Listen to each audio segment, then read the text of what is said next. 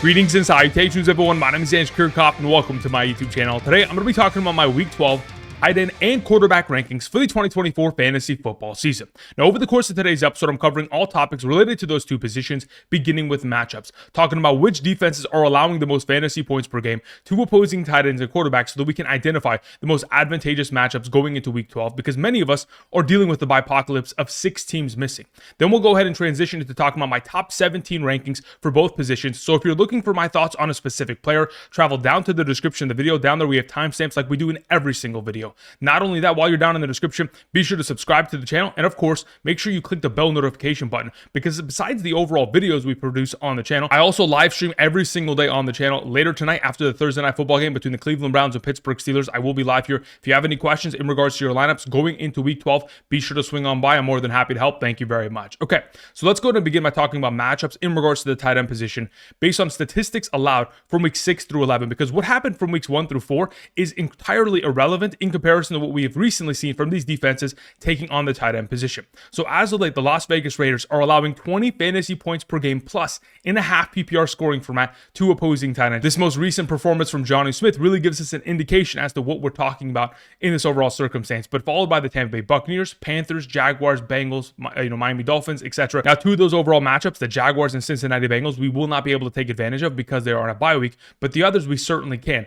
The idea of potentially playing someone like Theo Johnson against the Tampa Bay Buccaneers is not out of the realm of possibility, especially for those of us who potentially play in a deep league where it's 14 or 16 teams. That could be a name that you want to throw into the mix if, in fact, you do not have a stud tight end to play because of the bipocalypse this week. Either way, I just wanted to go ahead and represent some of the more advantageous matchups that we have seen over the course of the last 5 to 6 games, while also talking about some of the more disadvantageous matchups based on the Giants, Lions, Vikings, Chargers. Now, in a lot of these overall situations, these defenses haven't taken on elite level talent at the tight end position.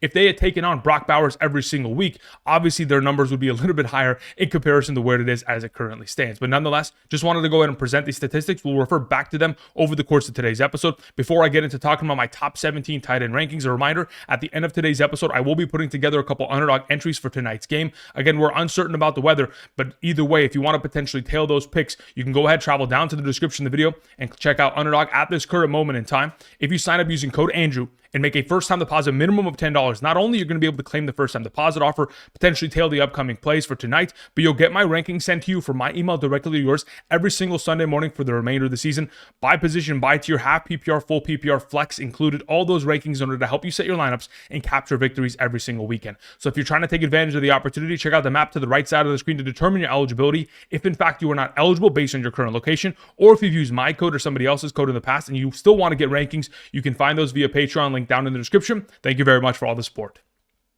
All right, let's go ahead and begin with the tight end conversation with the automatic starts. Beginning with our number one, Brock Bowers, who's on a absolutely generational run. He is going to break every rookie tight end record, coming off of a week in which he had 13 receptions, 126 yards, and a receiving touchdown for nearly 25 fantasy points and a half PPR.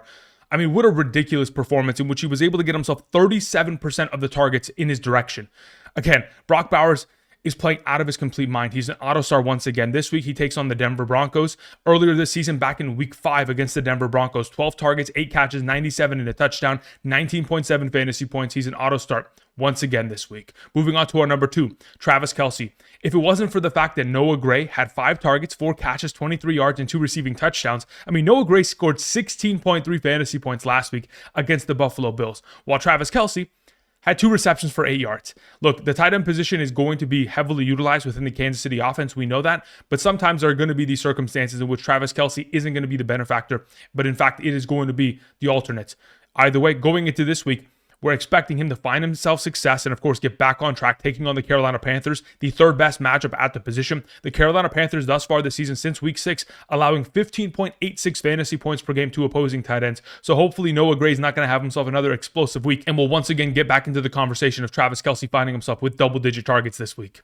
Moving on to our number 3 to close out the S here, we have George Kittle, who is expected to return after missing last week with a hamstring injury. Now, in his absence last week, Brock Purdy within the red zone did find himself rushing a touchdown and finding Juwan Jennings on a short reception for a touchdown near the goal line. That could have very easily been George Kittle if he had been active, mainly because over the course of the last 7 games he has played within this offense healthy, he has scored 7 touchdowns. I mean, because of these overall touchdown efforts and the consistency within that category, he has scored no less than 12 fantasy points and a half PPR in the last 7 games that he has participated in. Takes on the Green Bay Packers this week, who back in the playoffs in 2023 had 4 catches, 81 and a touchdown against for 16 fantasy points. I wouldn't be surprised if a similar performance was to occur once again this week.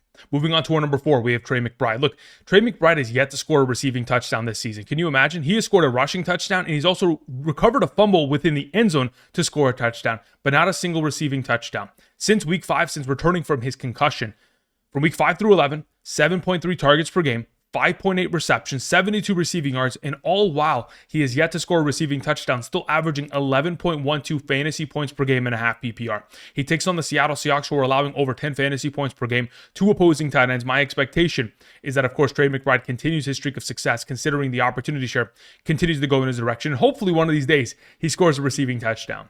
Moving on to our number 5, we have David Njoku. Now, this ranking is 100% dependent on the weather. If later tonight before the game, it is going to be a torrential downpour in which we have sideways wind at 20 miles per hour and terrible rain, then I would probably rank David Njoku significantly lower than where he currently stands. But in the event in which we're in a situation where David Njoku and the weather are not going to be impacted tonight, going into tonight's game, of course, I'm auto-starting David Njoku, especially considering his overall contributions over the course of the last 4 games. In the last 4 games, he's totaled 37 total targets within the offense and has been able to surpass 14 fantasy points in 3 of those last 4 games. Taking on the Pittsburgh Steelers is an advantageous matchup. We've most recently seen Baltimore tight ends 6 catches for 97, Las Vegas 12 for 95, Dallas 9 for 98. We would assume that David Njoku within the matchup is an auto-start, again, assuming the weather does not impact him. Number 6, we have Cade Otton coming off of the bye week. Look, Cade Otton prior to the bye week was incredible. From week 7 through 10, averaging 9.75 targets, 7.5 receptions, 73 receiving yards, and scoring a touchdown in 3 of those 4 games. Again, incredible overall numbers across the board, averaging 15.58 fantasy points per game and a half PPR. With a 25% target rate throughout that time, he was the number 1 target of the offense in the absence of Evans and Godwin. And even though Evans is going to return this week, I still do expect Cade Otton to be the number 2 receiving option within the offense and could very easily even out-target a guy like Mike Evans within the upcoming week, considering recently Cade Otton has truly become the safety blanket of Baker Mayfield within this high-powered offense. Moving on to our number 7 to begin the B tier, we have Will Dissly. Like I talked about earlier this week in regards to the waiver wire, Will Dissly has himself a very advantageous matchup taking on the Baltimore Ravens, the 12th best at the position, nearly allowing 11 fantasy points per game since week 6. Recently, Pittsburgh tight ends 4 for 66, Cincinnati 11 for 72 and a touchdown. Cleveland, 6 for 68 and a touchdown. Tampa Bay, 8 for 100. And Washington, 4 for 68. We would anticipate Will Dissly, with his overall usage as of late, from week 6 through 11, a 26% target rate and averaging 6.33 targets per game with an 80% catch rate. With that overall opportunity share, whether it's 6 or 7 overall targets, he's going to get 5 or 6 receptions and certainly be an impact player against the Baltimore Ravens this week. Moving on to our number 8, we have Jonnu Smith. Look, Jonnu Smith taking on the New England Patriots is a solid matchup, especially considering what we have seen out of Jonnu Smith as of late. Since week 5, he's averaging 6.5 targets per game, 5 receptions per game, 62 receiving yards, and has scored 0.5 receiving touchdowns per game on average, 11.65 fantasy points in a half PPR. Considering how well Tua Tagovailoa has played within this offense with a 79% passing completion percentage over the course of the last 3 weeks, the heavy integration of Jonnu Smith and the lack thereof of Jalen Waddle within this offense, considering Jonnu Smith last time out against the New England Patriots earlier this season, 5 catches on 8 targets, 62 yards. I'd like to hope that that overall opportunity share will grow, and of course, he'll be highly implemented within the upcoming matchup against New England. Moving on to our number 9. We have Dallas Goedert, who takes on the Los Angeles Rams defense. Look, the Los Angeles Rams, they've given up the 11th most fantasy points per game to opposing tight ends. Most recently, New England's tight ends, 10 catches for 98 last week. Miami, 4 for 51 recently. Of course, Jonnu Smith could have very easily scored a touchdown within that game, was tackled down at the 1-yard line. Minnesota, 3 for 40 and a touchdown. Las Vegas, 12 for 112. There's a lot of production against the Rams in regards to tight ends. Therefore, considering Dallas Goedert is coming off of back-to-back weeks of over 8.5 fantasy points, we would assume he's within the realm of possibility to once again accomplish that in one of the highest scoring implicated games going into the weekend. Moving on to our number 10, we have Hunter Henry. Speaking of the New England Patriots, look, Hunter Henry's been great with Drake Maye. Thus far this season, over the course of weeks 6 through 11, Hunter Henry, 7 targets, 5 catches, 53 receiving yards per game, over 9 fantasy points per game on average. But as of late, we have seen a lot of workload go in the direction of Austin Hooper, and that has always been the sketchy situation. If we're going to be in a situation in which Austin Hooper is going to find those big receptions down the field or potentially vie for a red zone target, that is absolutely going to impact Hunter Henry and potentially lower his overall baseline of production. Outside of that, in the the event in which he gets himself 7 to 9 total targets, again, he is always a solid option. We're hoping for that once again this week. Moving on to our number 11, we have TJ Hockenson, who's coming off a very lackluster performance. Even in a game in which the offense scored 3 touchdowns total, TJ Hockenson was not implicated to do much. 2 receptions for 13 yards. But this upcoming week takes on Chicago. The Chicago Bears, besides last week's overall performance of shutting down Tucker Kraft completely for 0 receptions, they've given up 9.94 fantasy points per game to opposing tight ends since week 6. 4 catches for 78 against New England, 5 for 69 against Arizona, 8 for 97 against Washington, 11 for 113 against Jacksonville. There is still a potential, assuming TJ Hockenson is going to get himself target opportunity, especially considering back in 2023 against the Chicago Bears. In both games, 5 catches minimum and 50 yards, 13.5 fantasy points, 8.5 fantasy points. We're hoping for similar levels of production this week. Moving on to our number 12, we have Sam LaPorta to begin the D tier. Look, here's the fact of the matter. Yesterday, on Wednesday, he did in fact practice fully. Still dealing with a shoulder injury, but the expectation is that he's going to be playing and active. He is very much so touchdown dependent, but considering this offense has scored, over 47 points in 3 of the last 6 games, you would assume that they're implicated to potentially blow out the Indianapolis Colts, or at least keep it competitive enough to where they are scoring 30 plus within the game. Nonetheless, Sam LaPorta takes on the Colts defense that is the 8th best matchup at the position. They've given up a touchdown in 3 of the last 5 games that they have played to opposing tight ends and a boatload of yardage. 24 and a touchdown to the Jets, 64 to Buffalo, 85 to Minnesota, 71 to Houston, and 100 to Miami. The expectation is that Sam LaPorta should be a solid option, assuming he's healthy and ready to go. Moving on to our number 13, we have Zach Ertz. Look, Zach Ertz taking on Dallas. My expectation is that this should be a one-sided affair, and in that event, considering Zach Ertz is averaging over 6 targets per game and nearly 9 fantasy points per game, there is a possibility that he could find himself scoring a touchdown, or at the base minimum, getting his simple production of 5 catches for 50 yards plus and being a solid fantasy option within the upcoming performance. Nonetheless, Dallas is an advantageous matchup, so we might want to keep an eye on that, especially for those of us who are dealing with a bye-apocalypse. Zach Ertz is a fantastic pickup and play. Moving on to our number 14, we have Mark Andrews. Speaking of touchdown-dependent tight ends, considering Isaiah Likely's return in overall usage, the difficult matchup against the Los Angeles Chargers, it is expected to be one of the highest scoring games based on Vegas implicated points. But again, with the touchdown dependency, it makes it that much more difficult to start Mark Andrews within a week where there's so many other tight ends with fantastic matchups. Then we move on to our number 15, Luke Schoonmaker. Under the assumption that Jake Ferguson misses due to the concussion protocol, obviously sustained that on Monday, so there's a short period between then and the upcoming matchup against the Washington Commanders. Assuming he's out, again, Cooper Rush threw the ball 55 times on Monday. 10 of those in the direction of Luke Schoonmaker. So if we're going to be in a situation in which he's going to get himself a high volume of opportunity, expect him to be a solid overall play considering tight ends against the Washington Commanders as of late. Philly, 5 for 61. Pittsburgh, 17 yards and a touchdown. New York Giants, 53 for 2 receiving touchdowns. There's a possibility of potential upside. Moving on to our number 16, we have Ja'Tavion Sanders taking on the Kansas City Chiefs. Look, the Chiefs are allowing over 10 fantasy points per game to opposing tight ends, and considering in games that Ja'Tavion Sanders has played from week 6 through 10, in which he's played 70% of the snaps or more, he's averaging 5 targets per game and nearly 9 fantasy points per game. I think he's a solid option, especially for those of us who are missing tight ends. And the final player I wanted to mention is Tucker Kraft at 17. Again, he didn't have himself a great overall performance, but when we go back to the NFL playoff game in 2023, as the Green Bay Packers took on the San Francisco 49ers, the Green Bay Packers utilized their tight ends a bunch in that game. They targeted Luke Musgrave and Tucker Kraft a total of 10 times. We're hoping for Tucker Kraft, coming off of a week in which he had 0 receptions, to have himself some sort of bounce back for those of us who are in need of him. All right, let's move on to the quarterback conversation in regards to fantasy points allowed from week 6 through 11 based on passing statistics isolated. So again, like I talked about in the past, I don't want to bring up the category of rushing statistics in regards to matchups, primarily because if Jalen Hurts is going to succeed in the running game, it does not mean a quarterback like, for example, Derek Carr is going to do so. Nonetheless, as we progress, we're going to be in a conversation here as we continue into week 12, where Tampa Bay still at the top of this conversation, considering their secondary has been in shambles. We'll see if Tommy DeVito can take advantage of it. But the Falcons are on a bye week. The Ravens, of course, still a top-tier matchup, so Justin Herbert is in a perfect position to succeed. The Jaguars on a bye. Tonight's game against the Browns, even though it's a fantastic matchup. But if we're going to be in a situation in which the weather isn't great, I'm not sure I want to start Russell Wilson going into tonight's game. Nonetheless, just wanted to go ahead and show some of the more advantageous matchups while also going ahead and presenting some of the more disadvantageous advantageous matchups. Taking on Philly, the Lions, the 49ers, the Steelers, these are elite defenses. Be very careful with those quarterbacks. Many of us may be considering the potential of playing Matthew Stafford versus the Eagles, or potentially Anthony Richardson versus the Lions, Jordan Love versus the 49ers. Be very careful because, again, those matchups have been difficult for opposing quarterbacks since week 6. Nonetheless, let's get into our top 17 rankings, beginning with our number 1, Jalen Hurts. Look, the fact of the matter is Jalen Hurts continues to score touchdowns. He has scored 9 rushing touchdowns in the last 5 games. There's going to be opportunities for him every single week to do so. And that's why his baseline of production is so incredibly high. Based on Vegas's overall total, this is expected to be the 3rd highest scoring game of the week, taking on the LA Rams in Sunday Night Football, indoors, no weather implications. This should be an exciting game. And hopefully the LA Rams can keep up. That way, Jalen Hurts just can continue to score in the second half of that game and, of course, put up as many fantasy points as possible. Number 2 to close out the S tier, we have Lamar Jackson. Now, even though Lamar Jackson is technically coming off of his worst game of the season in terms of fantasy point production, it was coming off of a consecutive streak of 4 games in which he had 2 or more touchdowns scored.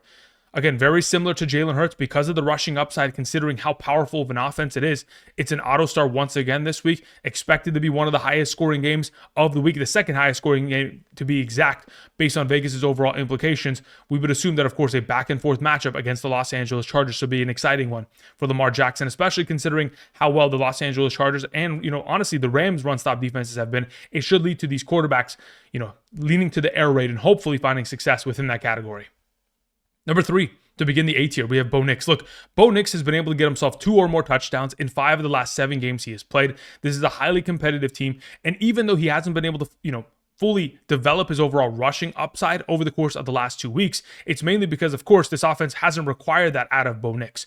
So now that he goes up against the Raiders, I don't expect him to run the ball much, but the Raiders are the 8th best matchup in terms of passing statistics allowed to opposing quarterbacks. They've most recently allowed 262 and 2 touchdowns to Mahomes, 251 and 5 passing touchdowns to Burrow, and 288 and 3 passing touchdowns to Tua. I expect Bo Nix to have himself another fantastic week, coming off a performance of an 85% passing completion percentage, 300 yards, and 4 passing touchdowns. He's been incredible this season for fantasy purposes.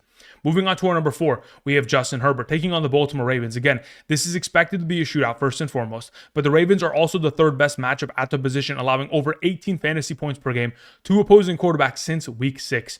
Again, considering Justin Herbert's been playing out of his mind, even though his most recent performance of a 47% passing completion percentage will not cut it against a team like the Baltimore Ravens, he's coming off of 4 consecutive games of 2+ touchdowns and has been able to surpass 275+ passing yards in 4 of the last 5 games. Expect immediate success within the upcoming matchup. Then we move on to Jayden Daniels, our number 5.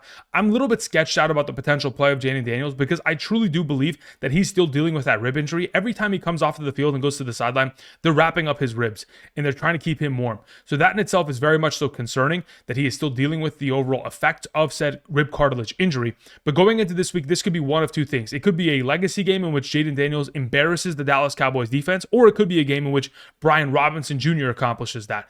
Either way, it could go ahead and be a run game, or it could be a heavy pass game. We don't know where it's going to go. Most recently, we saw the Texans and Joe Mixon go for 3 rushing touchdowns. They could lean in that direction in order to get themselves an automatic win, but this is the 6th best matchup at the position, so we'd hope that Jayden Daniels has himself some semblance of upside. Number 6, coming off of a bye week, we have Baker Mayfield. Again, Baker Mayfield from weeks 4 through 8 was on a 5-game streak of 3 or more touchdowns every single game for fantasy purposes. This is a highly competitive team, and even though their secondary has been terrible, it has only helped Baker Mayfield that much more in terms of his overall statistics and his overall relevancy within fantasy. So considering they've kept themselves competitive within these last couple of weeks, now that you get the return of Mike Evans back into the lineup, I expect Baker Mayfield and the Tampa Bay Buccaneers offense to be lighting up the upcoming defenses that they take on. This week, their victim being the New York Giants. I'm expecting Baker Mayfield to pop off and continue to play well as he has all season long.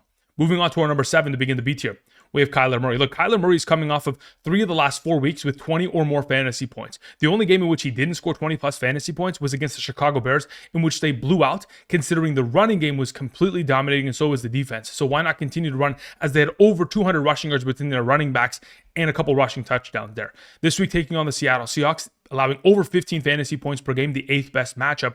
We're talking about a defense that's allowed 6 of the last 7 quarterbacks that they have played against to score 2 or more touchdowns against them. I'm expecting another one of those 20-point performances, hopefully, from Kyler Murray this week, assuming, of course, they don't mount a huge lead and run the clock out. There's always the threat of that, considering how great their running attack has been as of late.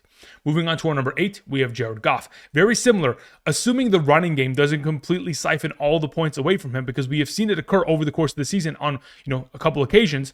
Under the assumption that it doesn't occur, taking on the Indianapolis Colts, we would like to see Jared Goff continue to try to light up these defenses. And like we've talked about all week long, the Lions go out there not to defeat teams. They go out there to embarrass teams. Considering they've put up 52, 52, and 47 points as a team in 3 of the last 6 games, I'm going to assume that 35 points, at least 5 touchdowns from the offense, is implicated. 2 of them hopefully going in the direction of Jared Goff. Upside would lead to 3, if not 4 touchdowns within the week. Moving on to our number 9. We have Patrick Mahomes taking on the Carolina Panthers. Look, Patrick Mahomes, as of late in terms of passing touchdowns, has been far more relevant. He's been able to get himself 2 or more passing touchdowns in 3 of the last 4 games, has been able to get himself 3 or more touchdowns in 2 of those last 4 games. So as long as he's getting himself within the upside of the conversation, we have no problem, especially coming off of a loss. They're going to probably come out strong and probably try to embarrass the Carolina Panthers to the best of their ability, especially considering it is an advantageous matchup, nearly allowing 14 fantasy points per game through the air. I'd assume that the Kansas City Chiefs are going to utilize this game as a get-right week and go ahead and get them back on track to a winning streak for the remainder of the season. Moving on to our number 10, we have Jordan Love. Like we talked about earlier, yes, it is a difficult matchup, but Jordan Love is coming off of a solid week. Scored himself a rushing touchdown, got himself 20-plus fantasy points, a 77% passing completion percentage on only 17 passing attempts.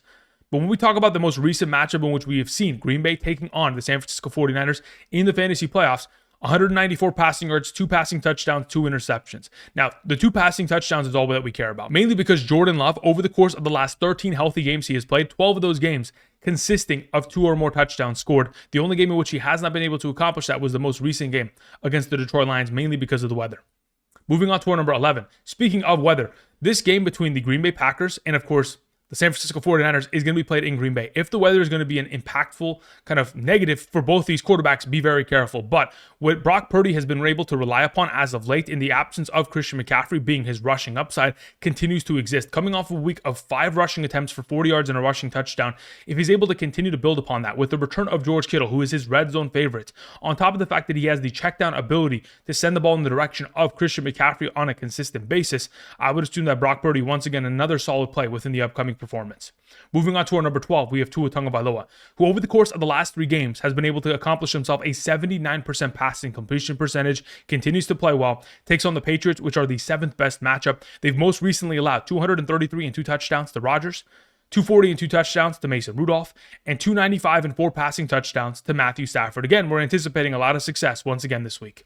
Moving on to our number 13, we have Geno Smith. Look, the Cardinals defense has been shutting down teams on a weekly basis, but considering Geno Smith not only has rushing upside, but he has all of his weapons back in terms of DK Metcalf being fully healthy and ready to go, the expectation is a negative game script, and in that overall situation, at a base minimum similar to last season, we should see Geno Smith with 2 touchdowns, and if not that, at least getting himself enough rushing utilization to still be in the top 13 conversation. Moving on to our number 14, we have Drake Maye. Now, speaking of rushing upside, this is a quarterback who's been able to take advantage of that. Over the course of weeks 6 through 11, averaging 4.6 rushing attempts and 40.4 rushing yards per game, while averaging 17.16 fantasy points per game in his 5 healthy games. Taking on the Dolphins is the 14th best matchup, and I do anticipate him to find success, mainly because everybody has. Minshew, 282 and 2 touchdowns. Allen, 235 and 3 touchdowns. Murray, 307 and 2 touchdowns.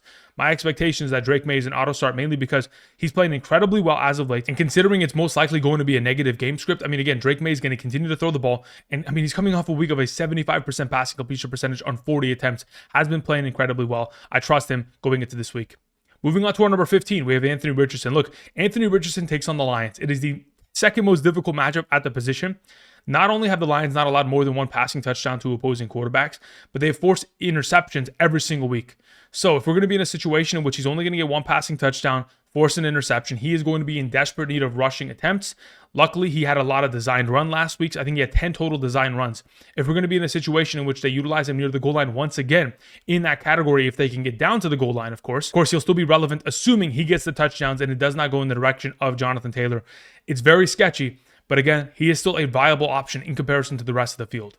Moving on to our number 16, we have Sam Darnold taking on the Chicago Bears. Look, Chicago's matchup overall is difficult, and honestly, I also want to throw in Matthew Stafford into this overall conversation because the E tier is just great quarterbacks that honestly, for fantasy purposes, just have very difficult matchups going into this upcoming weekend. So even though all three of these quarterbacks have difficult matchups, they've all played relatively well as of late, to where I can trust playing them even in these overall difficult positions. Sam Darnold taking on Chicago is purely going to be a matter of, can the Minnesota Vikings defense set up short field positions for Sam Darnold and get themselves consistent opportunities to develop and, of course, get the ball down the field? Because running the ball is going to be easy. It's just a matter of, can Sam Darnold sling the ball to his receiving options, hopefully in the direction of Justin Jefferson and TJ Hockenson getting himself more opportunity this week. Then we have Matthew Stafford, again, coming off of one of his best weeks of the season, but it's a matter of, can he stay competitive against the Eagles? That secondary and that defense has played incredibly well. They have been elite this season in comparison to last. So it's just a matter of time as to whether or not this is going to be a shootout or a game in which it's going to be a one-sided affair. I'm expecting a shootout this week, and it's going to be competitive. All right, that's going to cover my top 17 rankings for both the tight end and quarterback positions. Thank you, everybody, for watching. Again, later tonight, there is a game between the Cleveland Browns and the Pittsburgh Steelers. I just want to go ahead and share one of my favorite picks going into tonight. Again, I don't know what the weather looks like, but let's go ahead and talk about that right now. Now, under the assumption that this is going to be a weather game, one of my favorite plays going into tonight is rushing yards and or a rushing touchdown from Najee Harris. Again, the run stop defense of the Cleveland Browns could not stop a soul last week. Taysom Hill, even though he's not a running back, got himself over 130 rushing yards and 3 rushing touchdowns while Alvin Kamara just watched. So Alvin Kamara could have very easily been implicated for those overall statistics, considering the run stop defense of the Cleveland Browns has not been up to par in comparison to what they were last season. So as of right now, I think an easy number of 59.5 rushing yards is a solid one. Now, as for the rest of the overall plays that I'm going to put in, I'm going to wait until the final 10 minutes prior to the game before I put in an entry in order to make sure that the weather is, at least applicable to maybe play one of these wide receivers, because we have seen a lot of production out of the Cleveland Browns receiving core of Jerry Jeudy, Cedric Tillman, Elijah Moore, and David Njoku. I would want to take advantage of potential plays there, but under the assumption that it's going to be a potential rain game, this is my favorite play of the week. Put this with anything tonight and lock it in. Outside of that, that's going to be the end of it. I'll be back later tonight after the game. Thank you, everybody, for watching, and until next time, I'll see you guys. Peace.